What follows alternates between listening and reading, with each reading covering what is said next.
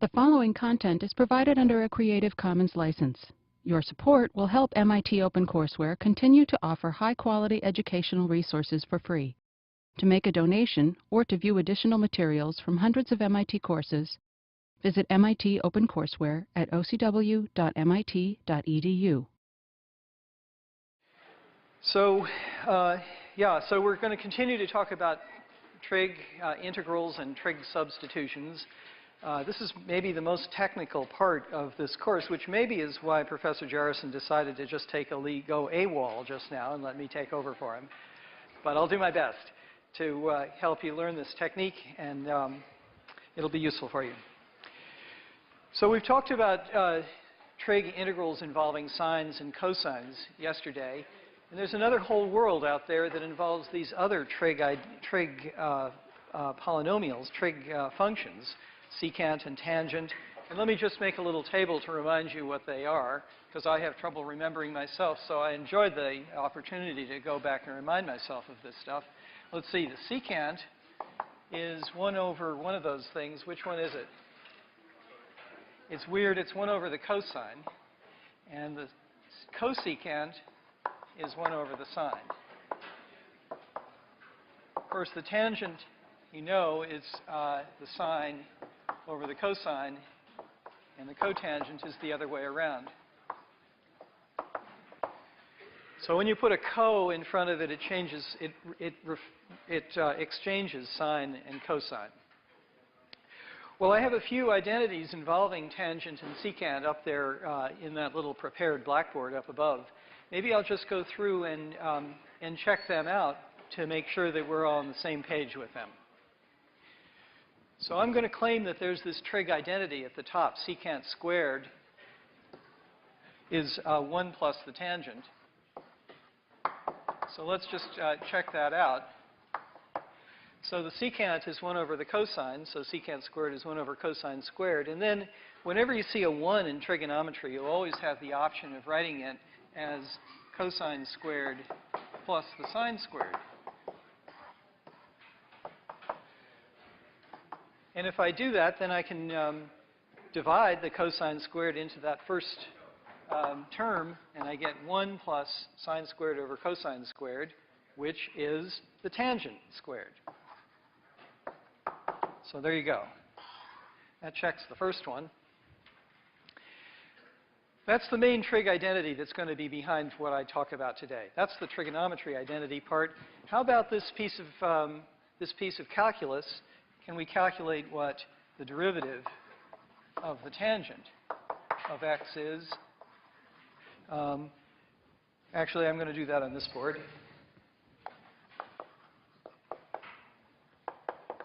Well, so the tangent of x is sine x divided by cosine x. So I think I was with you when we learned about the quotient rule, computing the derivative of a quotient.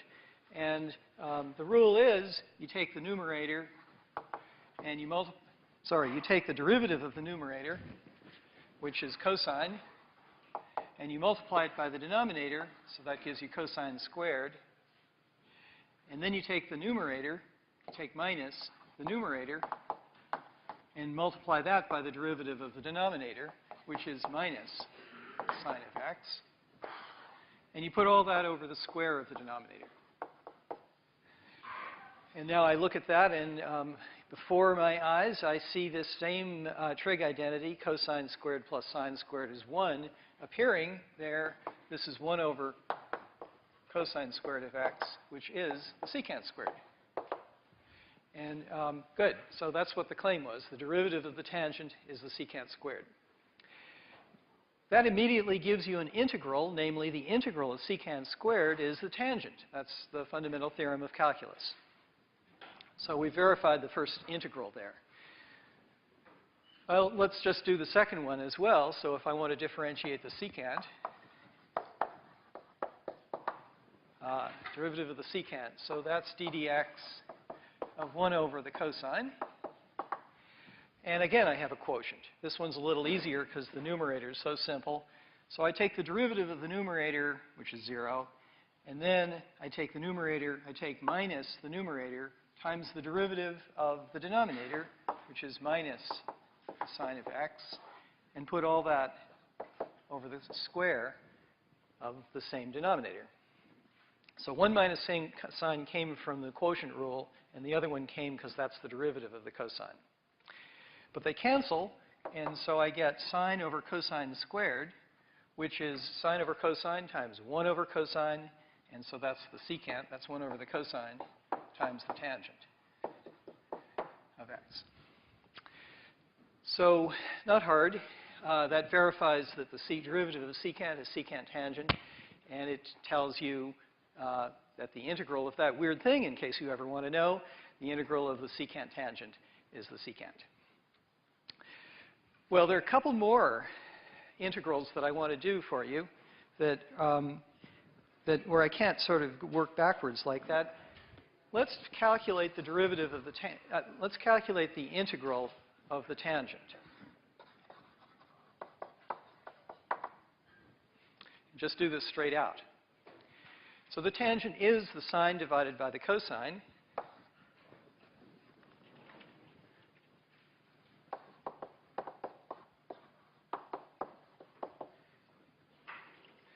And now there's a habit of mind that I hope you get into. When you see the cosine and you're working in and calculating an integral like this, it's useful to remember what the derivative of the cosine is, because maybe it shows up somewhere else in the integral. And that happens here. So that suggests we make a substitution.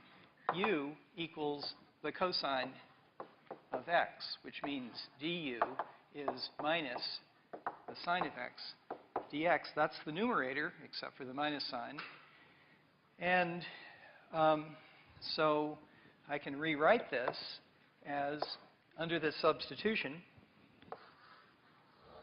I can rewrite this as minus du, that's the numerator, sine x dx is minus du divided by u. Well, I know how to do that integral too. That gives me the natural log, doesn't it? So this is minus the natural log of u plus a constant. I'm not quite done. I have to back substitute and replace this new variable that I made up called u with what it is, and what you get is minus the natural log of the cosine of x. So the integral of the tangent is minus log cosine. Now, you find these tables of integrals in the back of the book and things like that. I'm not sure how much memorization Professor Jarrison is going to ask of you, but there is a certain amount of memorization that goes on in calculus, and this is one of the kinds of things that you probably want to know. Let me do one more integral. I think I'm making my way through a prepared board here. Let's see. Good. So the integral of the tangent is minus log cosine. I'd also like to know what the integral of the secant of x is. And I don't know a way to go straight at this, but let me show you a way to think your way through to it. If I take these two facts, tangent prime is what it is, and secant prime is what it is, and add them together, I get this fact, that the derivative of the secant of x plus the tangent of x is, well, it's the sum of these two things, secant squared plus secant tangent. And there's a secant that occurs in both of those terms. So I'll factor it out. And that gives me, I'll put it over here. There's the secant of x that occurs in both terms. And then in one term, there's another secant. And in the other term, there's a tangent.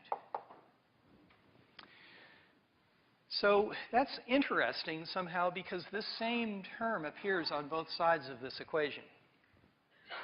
Let's write u for that secant x plus tangent of x. And so the equation that I get is u prime equals u times the secant of x. I've just made a direct substitution. Just decide that I'm going to write u for that single thing that occurs on both sides of the equation. So u prime is on the left, and u times secant of x is on the right. Well, there's my secant that I was trying to integrate, and what it tells you is that the secant of x is u prime divided by u. Just divide both sides by u, and I get this equation. U prime divided by u, that has a name. I'm not sure that Professor Jarrison has used this in this class, but u prime over u, we've actually used something like that. It's on the board right now. It's a logarithmic derivative. It is the derivative of the natural logarithm of u. Maybe it's easier to read this from right to left. If I want to calculate the derivative of the logarithm, well, the chain rule says I get the derivative of u times the derivative of the log function, which is 1 over u. So often u prime over u is called the logarithmic derivative.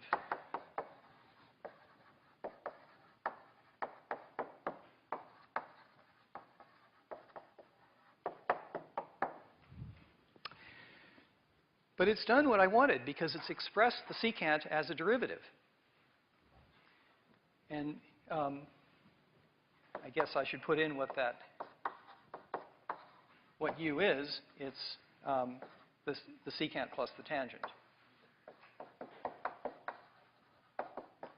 And so that implies that the integral, integrate both sides. That says that the integral of the secant of x dx is the natural logarithm of the secant of x plus the tangent of x. So that's the last line in this little memo that I created that we can use now for the rest of the class. Okay, any questions about that trick? It's a trick. I have nothing more to say about it. Okay, so the next thing so now I want to make the point that using these rules and some thought, you can now integrate most trigonometric polynomials, most things that involve powers of sines and cosines and tangents and secants and everything else. For example, let's try to integrate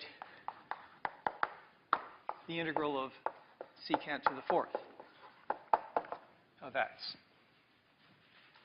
Big power of the secant function. Well, there are too many secants there for me, so let's take some away. And I can take them away by using that trig identity, secant squared is 1 plus tangent squared. So I'm going to replace 2 of those secants by 1 plus tangent squared. That leaves me with 2 left over. Now, there was method to my madness, because I've got a secant squared left over there, and secant squared is the derivative of tangent. So that suggests a substitution. Namely, let's let u be the tangent of x, so that du is secant squared of x dx, and I have both terms that occur in my integral sitting there very nicely. So this was the possibility of making this substitution and seeing a secant squared appear as part of the differential here. That's why it was a good idea for me to take 2 of the secants and write them as 1 plus tangent squared. So now I can continue this. Under that substitution, I get 1. Oh, yeah, and I should add the other fact that well, I guess it's obvious that tangent squared is u squared. So I get 1 plus u squared. And then du, the secant squared x plus x times dx, that is du. Well, that's pretty easy to integrate. So I get u plus u cubed over 3 plus a constant. And then I just have to back substitute put things back in terms of the original variables. And that gives me tangent of x plus tangent cubed over 3. And there's the answer. So we could spend a lot more time doing more examples of this kind of trig, polynomial trig thing. It's probably best for you to do some practice on your own. Because I want to talk about other things also. And what I want to talk about is the use of these trig identities in making really trig substitution integration.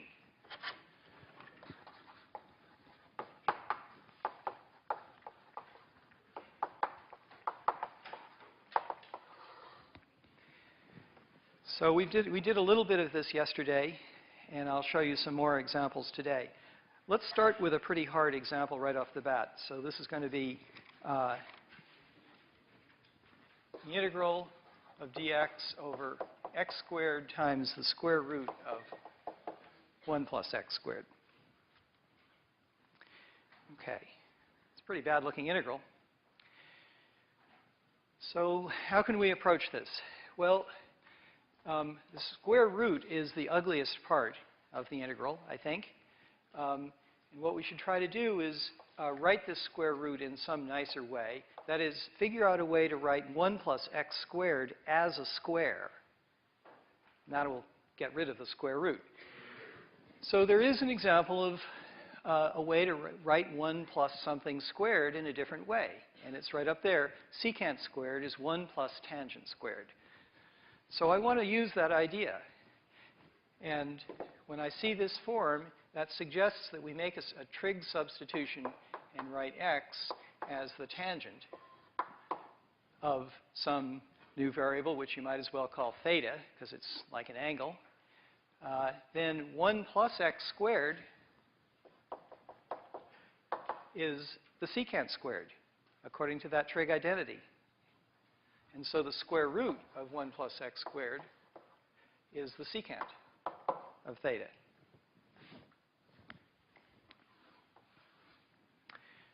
Right? So that's the reason this identity is the reason that this substitution is going to help us, because it gets rid of the square root and replaces it by some other trig function. I'd better be able to get rid of the dx too. That's part of the substitution process. But we can do that because I know what the derivative of the tangent is. It's secant squared. So dx d theta is secant squared theta. So dx is secant squared theta times d theta. So let's just substitute all that stuff in and rewrite the entire integral in terms of our new variable theta. So dx is in the numerator. That's secant squared theta d theta. And then the denominator, well, it has an x squared. That's tangent squared theta. And then there's this square root, and we know what that is in terms of theta. It's secant of theta. Okay, now we've done the trig substitution. I've gotten rid of the square root. I've got everything in terms of trig functions of a new variable. Pretty complicated trig function. This often happens. You wind up with a complete scattering of different trig functions in the numerator and denominator and everything. A systematic thing to do here is to put everything in terms of sines and cosines.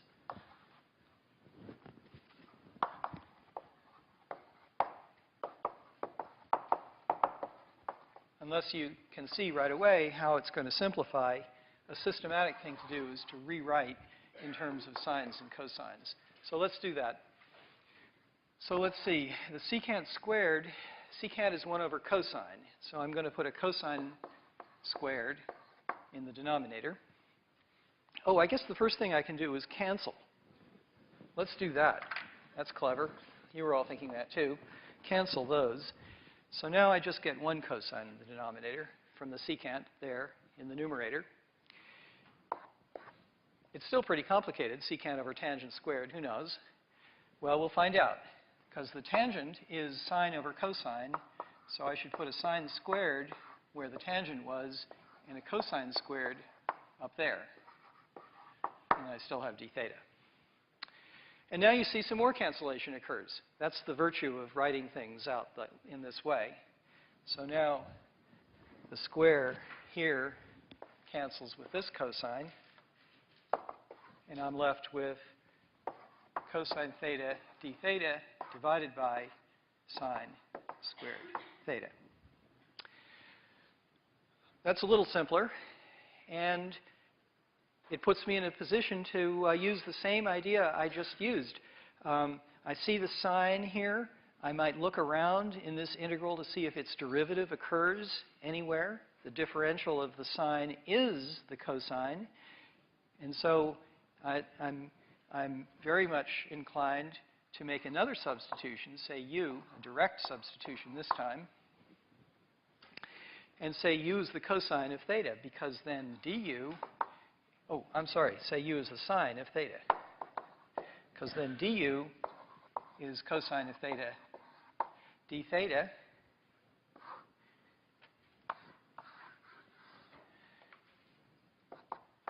And then this integral becomes, well, the numerator just is du. The denominator is u squared. And I think we can break out the champagne because we can integrate that one, finally, get rid of the integral sign. Yes, sir?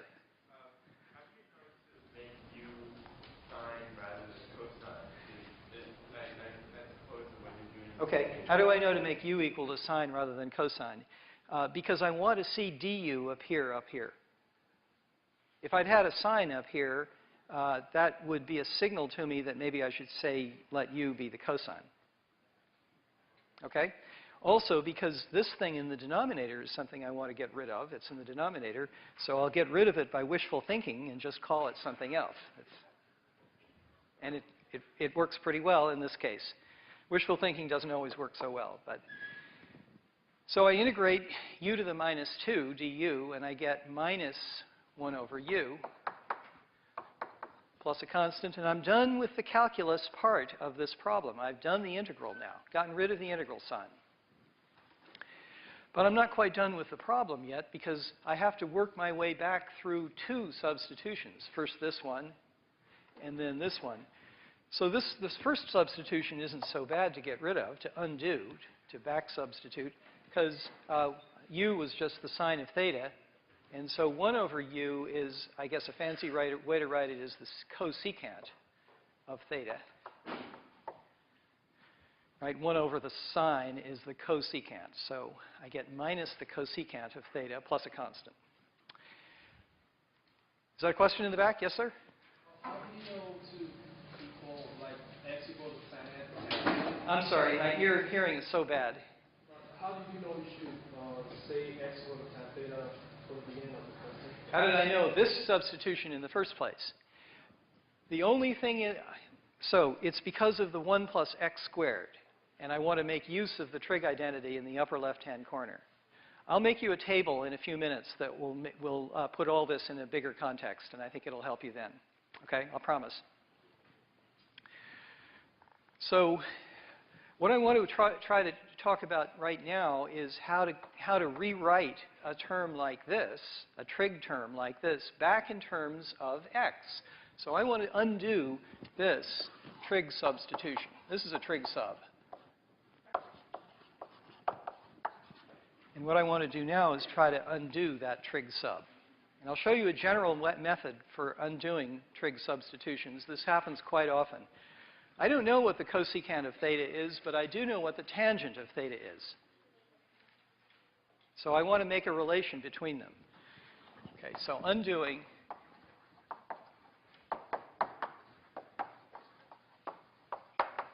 trig subs. So let's go back to where trigonometry always comes from, this right-angled triangle with a theta in the corner. And then these three sides, this one's called the hypotenuse, this one is called the adjacent side, and that one's called the opposite side. Now, let's find out where x lies in this triangle. Let's try to write the sides of this triangle in terms of x. And what I know is x is the tangent of theta.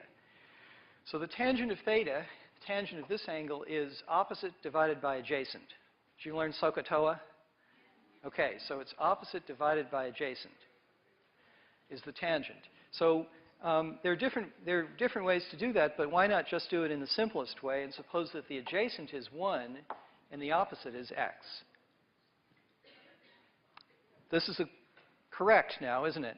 I get the correct value for the tangent of theta by saying that the lengths of those are 1 and x. And that means that the hypotenuse has length 1 plus x squared. Well, here's a triangle. I'm interested in computing the cosecant of theta. Where does that appear in the triangle? Well, let's see. The cosecant of theta is 1 over the sine, and the sine is opposite over hypotenuse, right? So the cosecant is hypotenuse over opposite.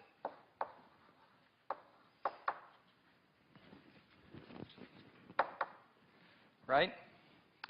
And the hypotenuse is the square root of 1 plus x squared, and the opposite is x. And so I've done it. I've undone the trig substitution. I've figured out what this cosecant of theta is in terms of x. And so the final answer is minus the square root of 1 plus x squared over x plus a constant. And there's an answer to the original problem.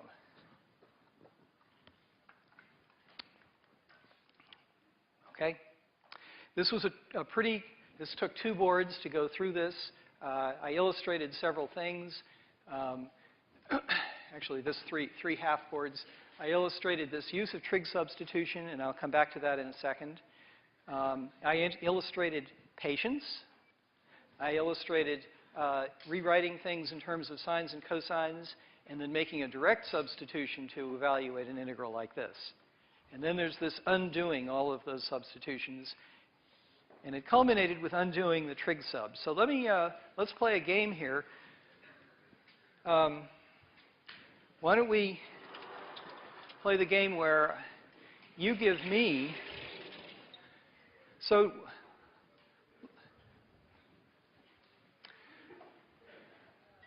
there's a step in here that I should have done. I should have said this is minus the cosecant of the arctangent of theta plus a constant.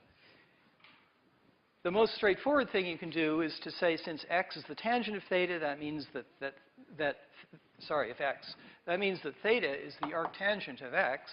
And so let's just put in theta as the arctangent of x, and that's what you get. So really what I just did for you was to show you a way to compute some trig function applied to the inverse of another trig function, right?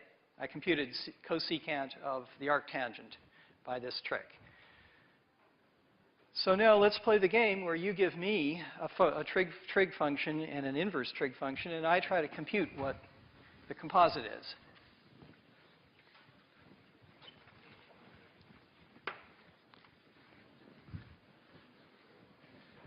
Okay?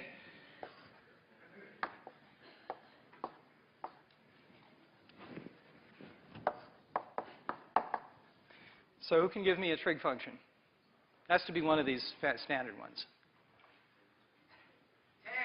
Tangent. All right? How about another one? Sine? Do we have agreement on sine? Secant? Going once. Going twice. So.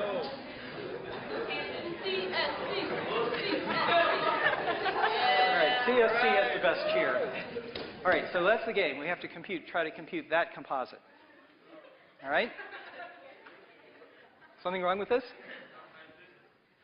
That's not acceptable. That is just in terms of x. So would that be an acceptable final answer or not? What does acceptable mean? Don't you think that, so the question is, isn't this a perfectly acceptable final answer? It's a correct final answer, but this is much more insightful, And after all, the original thing was involving square roots and things. This is the kind of thing you might hope for as an answer. This is just a nicer answer for sure. And likely to be more useful to you when you go on and use that answer for something else. Okay? Okay, so let's try to do this undo a trig substitution that involved a cosecant. And I manipulate around and I find myself trying to find out what's the tangent of theta. So here's how we go about it. I draw this triangle. Theta is the angle here. This is the adjacent, opposite, hypotenuse. So the first thing is, how can I make the cosecant appear here? Cosecant of x. What dimensions should I give to the sides in order for the cosecant of x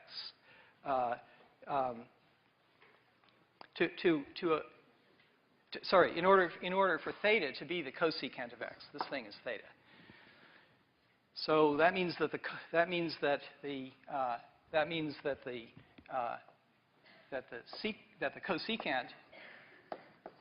of x, that means the cosecant of theta should be x.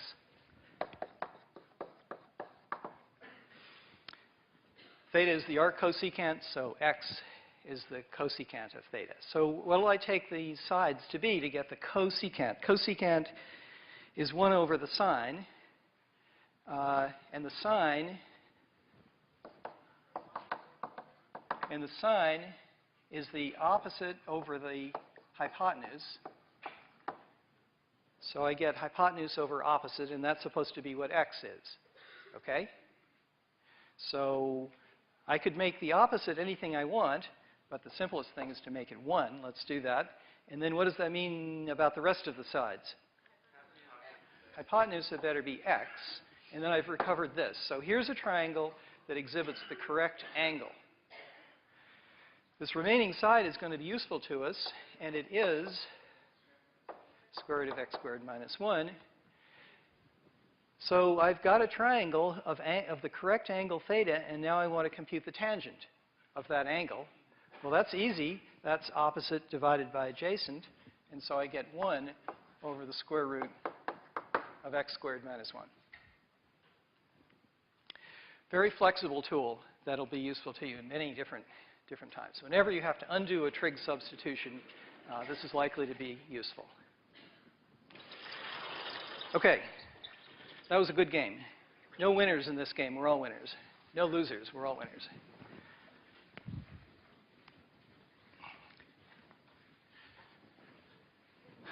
Okay, so good. Yeah, so let me make this table of the different trig substitutions and how they can be useful. Summary.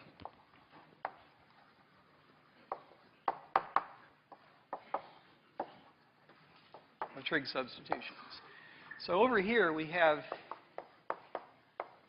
if you see, so if your integrand contains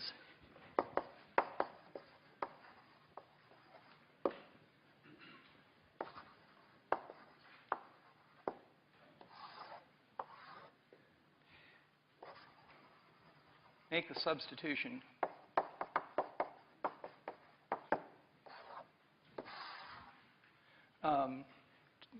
to get. So if your integrand contains, I'll write these things out as square roots. If it contains the square root of a squared minus x squared, this is what we talked about on Thursday when I was trying to find the area of that piece of a circle. There, I suggested that we should make the substitution x is a times the cosine of theta, or x is a times the sine of theta. Either one works just as well, and there's no way to prefer one over the other. And when you make this substitution, x is equal to a times the cosine of theta, you get a squared minus a squared cosine squared theta. 1 minus cosine squared is the sine squared, and so you get a sine of theta. So I've So this expression becomes equal to this expression under that substitution. And then you go on. Then you've gotten rid of the square root, and you've got a trigonometric integral that you have to try to do. If you made the substitution a sine theta, you'd get a squared minus a squared sine squared, which is a times cosine theta. And then you can go ahead as well. We just saw another example, namely if you have a squared plus x squared, that's like the example we had up here. A is equal to 1 in this example. What did we do? We tried the substitution x is a tangent of theta. And the reason is that I can plug into the trig identity up here in the upper left and replace a squared plus x squared by a times the secant of theta, the square root of the secant squared. There's one more thing in this table, sort of the only remaining sum or difference of terms like this, and that's what happens if you have x squared minus a squared. So there, I think we can make a substitution a times the secant of theta. Because after all, secant squared of theta, so x squared minus a squared, sorry. Let's see what happens when I make that substitution. X squared minus a squared is a squared secant squared theta minus a squared under this substitution. That's secant squared minus 1. Well, put the 1 on the other side, and you find tangent squared coming out. So this is a squared times the tangent squared of theta. And so that's what you get. A times the tangent of theta. After I take the square root, I get a times the tangent of theta. So these are the three basic trig substitution forms where trig substitutions are useful and to get rid of expressions like this and replace them by trigonometric expressions. Okay. And then you use this trick. You do the integral if you can, and then you use this trick to get rid of the theta at the end.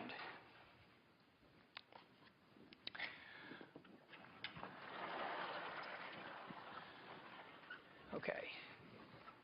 So now, the last thing I want to talk about today is called completing the square.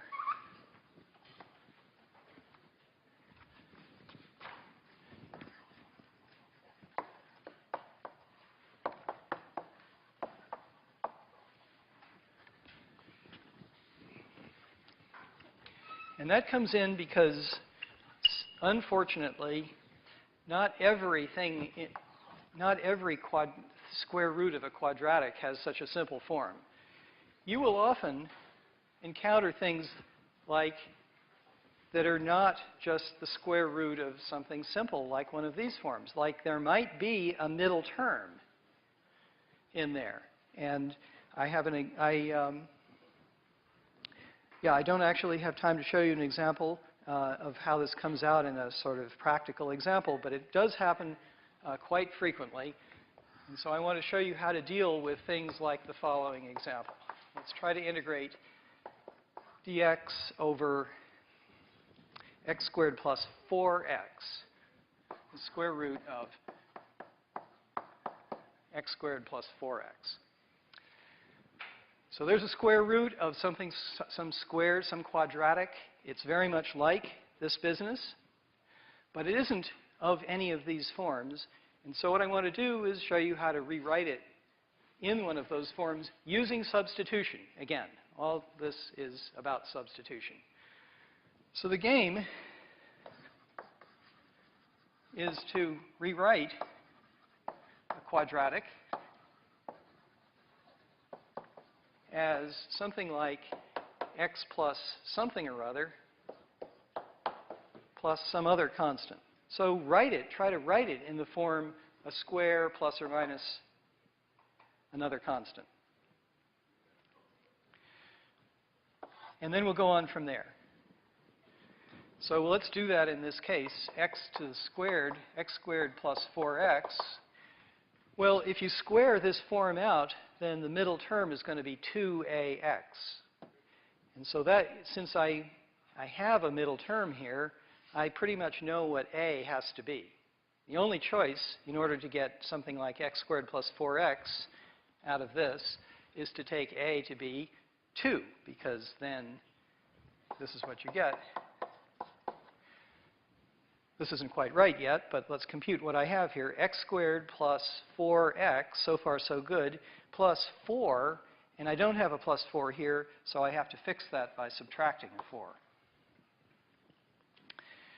So that's what I mean. I've completed the square. The word for this process of eliminating the middle term by using the square of an expression like that. That's called completing the square.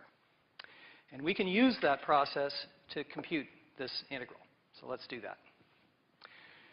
So I can rewrite this integral, rewrite this denominator like this, but I think it's, and then I'm going to try to use one of these forms over here.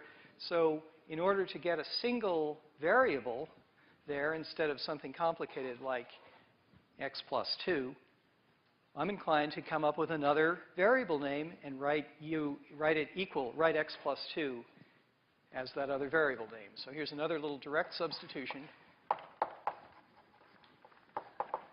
U is x plus 2. Figure out what du is. That's pretty easy. And then rewrite the integral in those terms. So dx is du. And then in the denominator, I have the square root of that. Oh, yeah. So I think as part of this, I'll write out what x squared plus 4x is. The point is, it's equal to u squared minus 4. X squared plus 4x is u squared minus 4.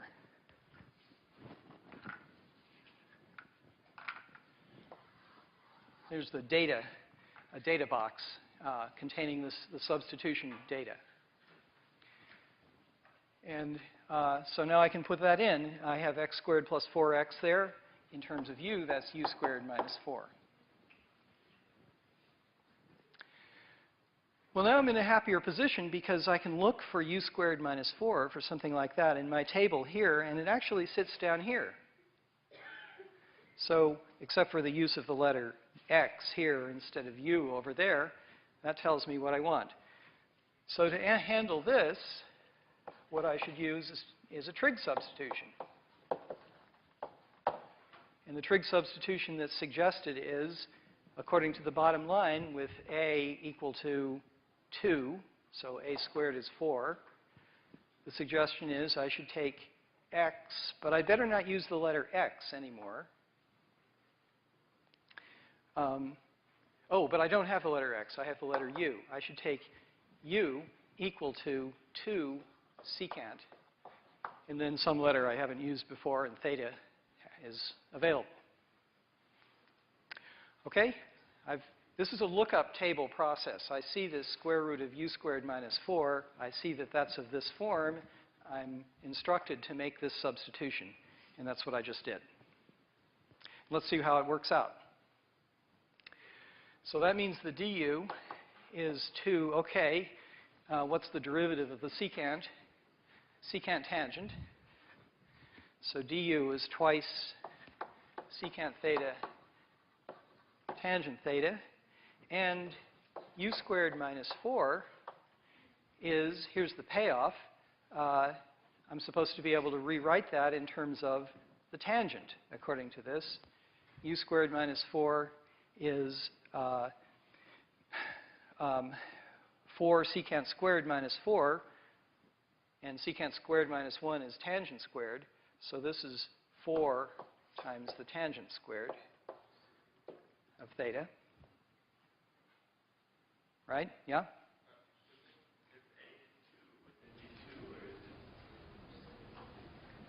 But I squared it.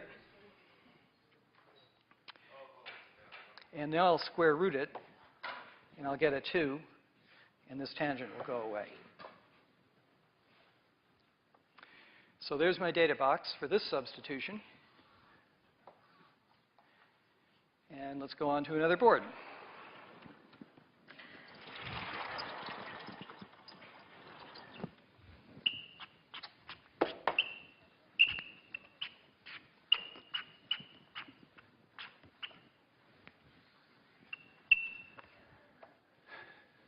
So where I'm at is the integral of du over the square root of u squared minus 4. And I have all the data I need here to rewrite that in terms of theta. So du is 2 secant theta tangent theta d theta. And the denominator is twice the tangent of theta. Ha! Well, so some very nice simplification happens here. The 2's cancel, and the tangents cancel, and I'm left with trying to work with the integral of the secant of theta, d theta. And luckily enough, at the very beginning of the hour, I worked out how to compute the integral of the secant of theta, and there it is. So this is the natural logarithm of the secant of theta plus the tangent of theta plus a constant. And we're done with the calculus part. There's no more integral there, but I still am not quite done with the problem because, again, I have these 2 substitutions to try to undo. So let's undo them one by one. Let's see. I have this trig substitution here, and I could use my triangle trick if I need to, but maybe I don't need to. Let's see. Do I know what the secant of theta is in terms of u? Well, I do. So I get the natural logarithm of u over 2. Do I know what the tangent is in terms of u? Well, I do. It's here. So I lucked out in this case, and I don't have to go through and use that triangle trick. So the tangent of theta is the square root of u squared minus 4 over 2. Good. So I've undone this trig substitution. I'm not quite done yet because my answer is involved with u, and what I wanted originally was x. But this direct substitution that I started with is real easy to deal with. I can just put x plus 2 every time I see a u. And so this is the natural logarithm of x plus 2 over 2 plus the square root. What's going to happen when I put x plus 2 in place for u here? You know what you get. You get exactly what we started with, right? If I put x plus 2 in place of the u here, I get x squared plus 4x.